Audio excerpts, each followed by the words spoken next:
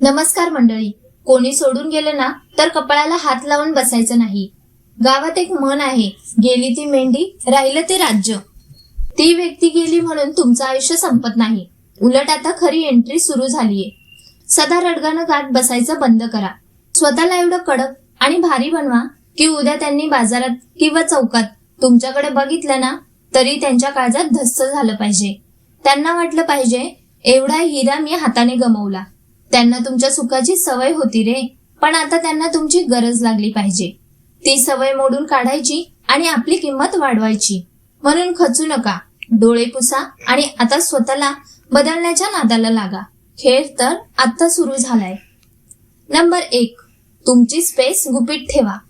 बघा, आपल्या गावात कसं असतंय, कोणाच्या घरात काय शिजतंय हे अख्ख्या गावात ठाऊक असतं. पण सोडून गेलेल्या माणसाच्या बाबतीत आपल्याला उलट करायचंय. त्यांना तुमच्या आयुष्याचं थिएटर बनवायचं नाही.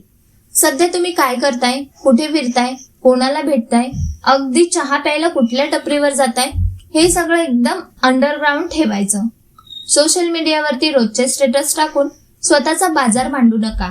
आपण काय करतोय हे समोरच्याला दुरून सुद्धा कळलं नाही पाहिजे. जेव्हा त्यांना तुमच्याबद्दल काहीच बातमी मिळणार नाही ना, तेव्हा त्यांच्या डोक्यात भुंगा फिरायला लागेल. ते विचार करत बसतील, हा माणूस अचानक गायब कुठे झालाय, एवढा गपगार कसा काय राहू शकतो, नक्की काय भानगड आहे. तुमच्या आयुष्याभोवती असं गूढ निर्माण झालं की समोरच्याची झोप उडते आणि ते तुमच्याच विचारात गुरफटून जातात. म्हणून स्वतःचा पत्ता लागू देऊ नका. Number 2, social media silence. काही जणांची सवय असते, मन दुखावलं की लगेच व्हॉट्सअप किंवा फेसबुक वरती दुःखाचे गाणे ठेवतात. नाहीतर बघ मी तुझ्याशिवाय किती खुश आहे असं खोटं फसवणारे फोटो टाकतात. पण असल्या गोष्टींमुळे समोरच्याला लगेच कळतं की हे सगळं आपल्याला दाखवण्यासाठी चाललंय आणि तिथेच आपली किंमत कमी होते. आपल्याला हा पोरखेळ करायचाच नाही. आपण डायरेक्ट डिजिटल संन्यास घ्यायचा, म्हणजे सोशल मीडियावरून काही दिवसासाठी एकदम गायब व्हायचं. ना कोणती पोस्ट, ना कोणता स्टेटस, मोबाईल असून नसल्यासारखं शांत ठेवायचं. तुमची ही अचानक झालेली शांतता समोरच्याच्या डोक्यात विचारांचे काहूर माजून टाकते. ते अस्वस्थ होऊन विचार करतील, अरे यांनी काहीच कसं टाकलं नाही, हे रडत पण नाहीत आणि उड्या पण मारत नाहीत. एवढी शांतता कशी काय असू शकते? तुमची हीच शांतता त्यांच्या मनाची झोप उडून देईल. नंबर 3, स्वतःच्या प्रगतीवर फोकस करा. माणसाने शब्दाने उत्तर देण्यापेक्षा आपल्या कर्माने उत्तर दिलेले कधीही चांगलं. समोरच्याला वाटत असतं की त्यांच्या जाण्याने आपलं पान सुद्धा हलणार नाही, आपला सगळा कारभार कोलमडून पडेल. पण हा त्यांचा गैरसमज आपल्याला मोडून काढायचा आहे. आता ती जुनी रडगाणी गात बसण्यापेक्षा आपला धंदा, शेती, नोकरी किंवा जे काही करिअर असेल त्यावर रात्रीचा दिवस करून लक्ष केंद्रित करा. सकाळी लवकर उठा, स्वतःच्या तब्येतीवर काम करा, शरीर कडक बनवा आणि नवनवीन गोष्टी शिकायला लागा. ज्या दिवशी ते तुम्हाला आधीपेक्षा जास्त यशस्वी, आर्थिकदृष्ट्या खंबीर आणि एकदम कडक स्वरूपात बघतील ना, तेव्हा त्यांच्या डोळ्यात सनसनीत अंजन पडेल. त्यांना जाणीव होईल की आपण आयुष्यातली सर्वात मोठी चूक केली. तुमच्या गळ्यात पडलेली यशाची माळ पाहून त्यांची बोलतीच बंद होईल. नंबर 4, भावनिकदृष्ट्या स्वतंत्र व्हा. आपल्या मनात एक गोष्ट पक्की करून घ्या, आपलं सुख आणि दुःख कोणाच्या येण्या जाण्यावर अवलंबून नसलं पाहिजे. बरेच जण काय करतात, मन तुटलं की त्यांच्या मित्रांकडे जाऊन ढसाढसा रडतात. पण हे रडणं जेव्हा समोरच्यापर्यंत पोहोचतं तेव्हा त्यांना उगाचच स्वतःचा माज वाढल्यासारखं वाटतो. आपल्याला कोणालाही असा माज चढू द्यायचा नाही. त्यांच्या समोर किंवा त्यांच्या ओळखीतल्या कोणापाशीही चुकून सुद्धा डोळ्यात पाणी आणायचं नाही. तुम्ही आतून कितीही अस्वस्थ असाल तरी लोकांसमोर येताना नेहमी ताठ मानेने आणि शांत चेहऱ्याने यायचं. त्यांना हे कळलं नाही पाहिजे की तुम्ही मनाने लय खंबीर आहात. जेव्हा तुमची ही स्वाभिमानी आणि मजबूत बाजू त्यांना दिसेल तेव्हा सोडून गेलेल्या माणसाला खात्री पटेल की तुम्ही कोणाच्या इशाऱ्यावर जगणारे व्यक्ती नाही आहात. नंबर 5, नेहमी प्रसन्न आणि फ्रेश राहा. आयुष्यात कितीही संकट आली तरी स्वतःचे हाल करून घ्यायचे नसतात. काही लोक सोडून गेले की देवदास बनतात. दाढी वाढवणे, विस्कटलेले केस आणि मळके कपडे घालून हिंडणे, जणू काही जगाचं सगळं दुःख यांच्याच वाटेला आले. अशी सुटकी कळा चेहऱ्यावरती अजिबात आणू नका. घराबाहेर पडताना नेहमी छान टापटीप कपडे घाला. व्यवस्थित फ्रेश राहा आणि चेहऱ्यावरती एक छान प्रसन्न हसू असू द्या. तुमच्या चालण्या बोलण्यातला रुबाब आणि आत्मविश्वास कमी होता कामा नये. जेव्हा ती व्यक्ती तुम्हाला अशा एकदम टिपटॉप आणि आनंदी अवतारात बघेल ना, तेव्हा तिच्या काळजात नक्कीच सर्र होईल. ती विचार करेल, मी त्यांच्या आयुष्यातून गेले तरी त्याच्या चेहऱ्यावरचं तेज कमी झालं नाही. यांना तर माझी काहीच उणीव भासत नाहीये. तुमचा हाच फ्रेश अवतार त्यांना स्वतःच्या निर्णयावरती पश्चाताप करायला भाग पाडेल.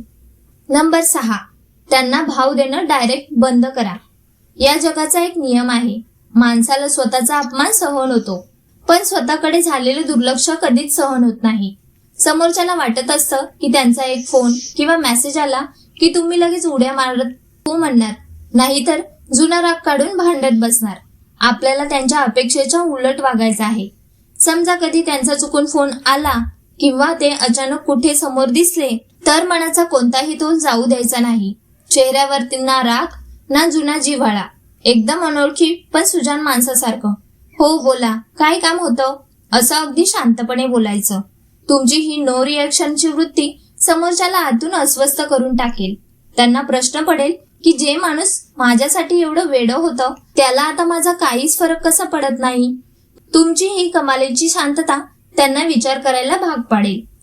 नंबर 7, नवीन मित्र बनवा आणि व्यस्त राहा. आपलं आयुष्य एका माणसाभोवती बांधून ठेवायचं नाही. आपला गोतावळा नेहमी मोठा ठेवायचा. बऱ्याचदा लोक एकाच्या जाण्याने कोपऱ्यात बसून राहतात, जणू काही सगळं संपलंय. पण ही चूक आता सुधारायची आहे. नव्या माणसात उठा बसा, चांगले मित्र जोडा आणि स्वतःला कामात इतकं व्यस्त ठेवा की तुम्हाला जुन्या फालतू गोष्टी आठवायला वेळच मिळाला नाही पाहिजे. नवीन लोकांशी संवाद साधल्याने मनाला उभारी मिळते आणि नवीन मार्ग सापडतात. ज्या दिवशी समोरच्याला कळेल की तुमच्या आयुष्यात आता नवीन, गुणी आणि कडक माणसं आलेली आहेत, तेव्हा त्यांच्या मनात एक भीती निर्माण होईल. त्यांना जाणीव होईल की आपली जागा आता कायमची गेली.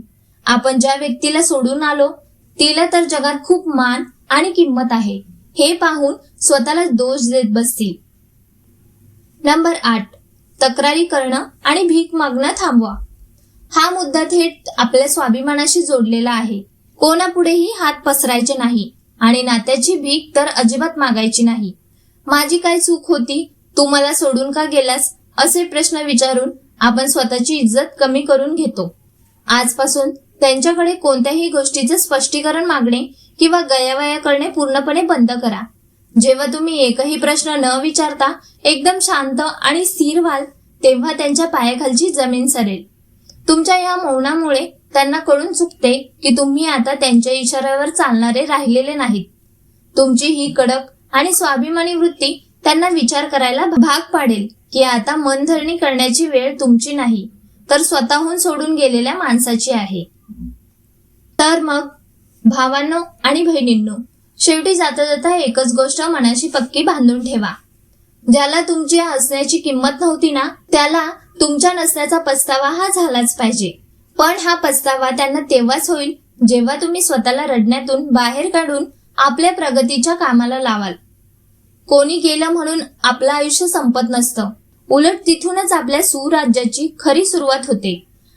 आपण कोणाच्या सोयीनुसार चालण्याची सवय नाही, तर समोरच्याला आपली गरज भासली पाहिजे असा आपला रुबाब आणि स्वाभिमान असला पाहिजे. खचू नका, स्वतःवर विश्वास ठेवा, ताठ मनाने उभे राहा आणि आपल्या कामात एवढे व्यस्त व्हा की जगाने तुमच्याकडे बघत राहिलं पाहिजे. हा व्हिडिओ तुम्हाला कसा वाटला आणि या 8 सवयींपैकी कोणती सवय तुम्ही आजपासून स्वतःला लावणार आहात हे मला कमेंट करून नक्की सांगा. चला मग भेटूया पुढच्या एका कडक आणि मोटिवेशनल विषयाबरोबर. तोपर्यंत धन्यवाद.